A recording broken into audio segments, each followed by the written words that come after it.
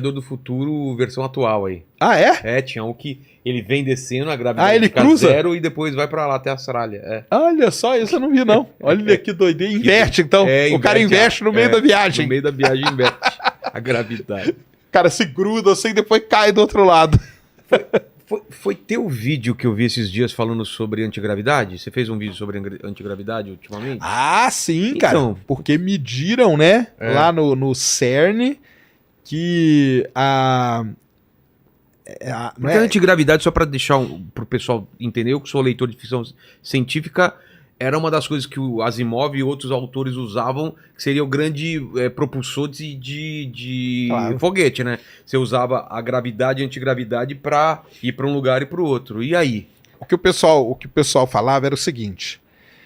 Vamos lá. Quando criou o universo, criou a matéria e, pelas leis da física e da mecânica quântica e tal, criou a antimatéria junto. Eu tenho uma dificuldade em entender antimatéria. Então a antimatéria é a mesma massa, só que carga oposta. É só isso.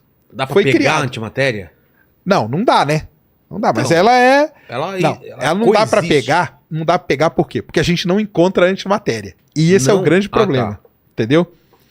Criou o universo, teoricamente criou a mesma quantidade de matéria e antimatéria.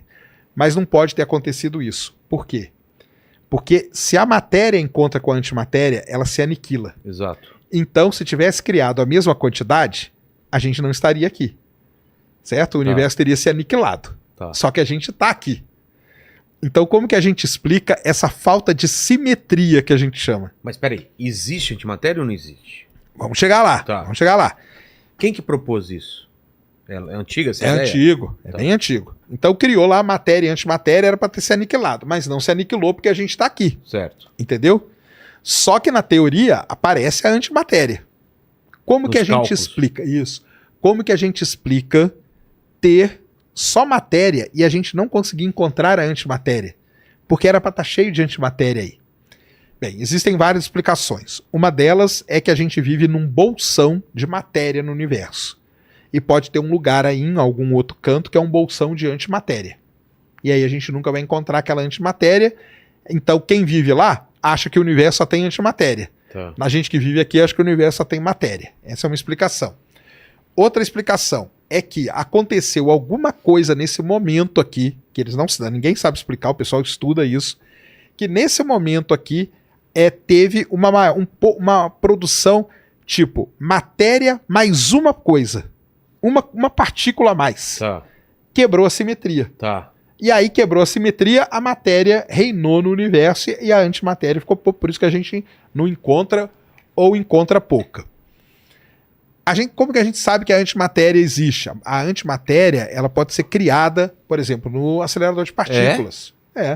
Quando você colide ali, por conta da energia ser muito alta, você consegue reproduzir o que aconteceu no início do universo. Que era o quê? Criar matéria e antimatéria. Só que ela se aniquila rapidamente. Entendeu? Os caras medem. Tentam medir e chegar nessa conclusão.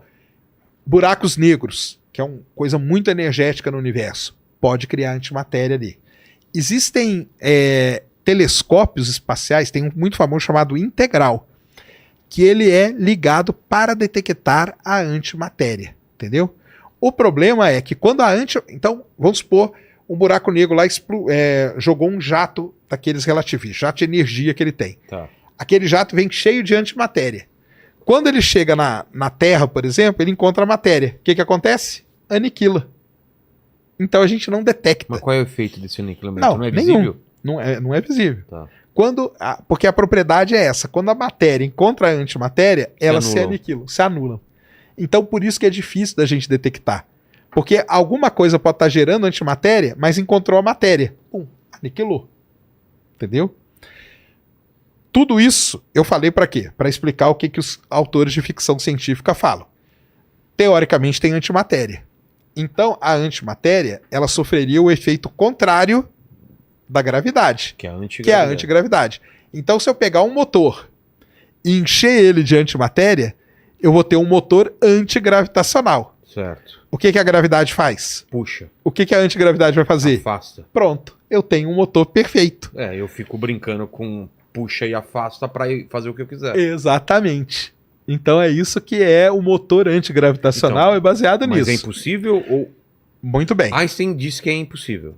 Então, o Einstein disse que isso não poderia acontecer. Por quê? Hã? Porque quebra alguma regra? Porque quebra a regra da relatividade e tudo mais, entendeu? Na relatividade a gravidade está sempre puxando e tal. Tá. Semana retrasada, lá no CERN, lá no LHC. O LHC tem vários experimentos, um É o deles... Fernando. Hã? Fernando. LHC. Aqui tu fica desesperado. Lá no LHC tem vários experimentos. Um deles chama-se Atlas. É o nome de um experimento. O que os caras fizeram? Criaram uma garrafa. O experimento é o seguinte: eles construíram uma garrafa que é um ímã super poderoso. Tá. E ali eles conseguiram colocar ali partículazinhas, um pouco de partícula de antimatéria, que eles geram lá no CERN, lá no LHC. O que acontece? Se ela se comportasse do jeito que ela tem que comportar, na hora que eu desligasse os ímãs, ela teria que subir. É. Só que na hora que desligaram o ímã, ela caiu. Ela foi atraída pela gravidade. Então não tem antigravidade. Não tem antigravidade, entendeu? Então foi um experimento muito legal. Eu até brinquei, o título do meu vídeo é isso, Einstein certo mais uma vez, entendeu? Que filho da mãe esse cara. Filho da mãe, cara. Filho da mãe. E tudo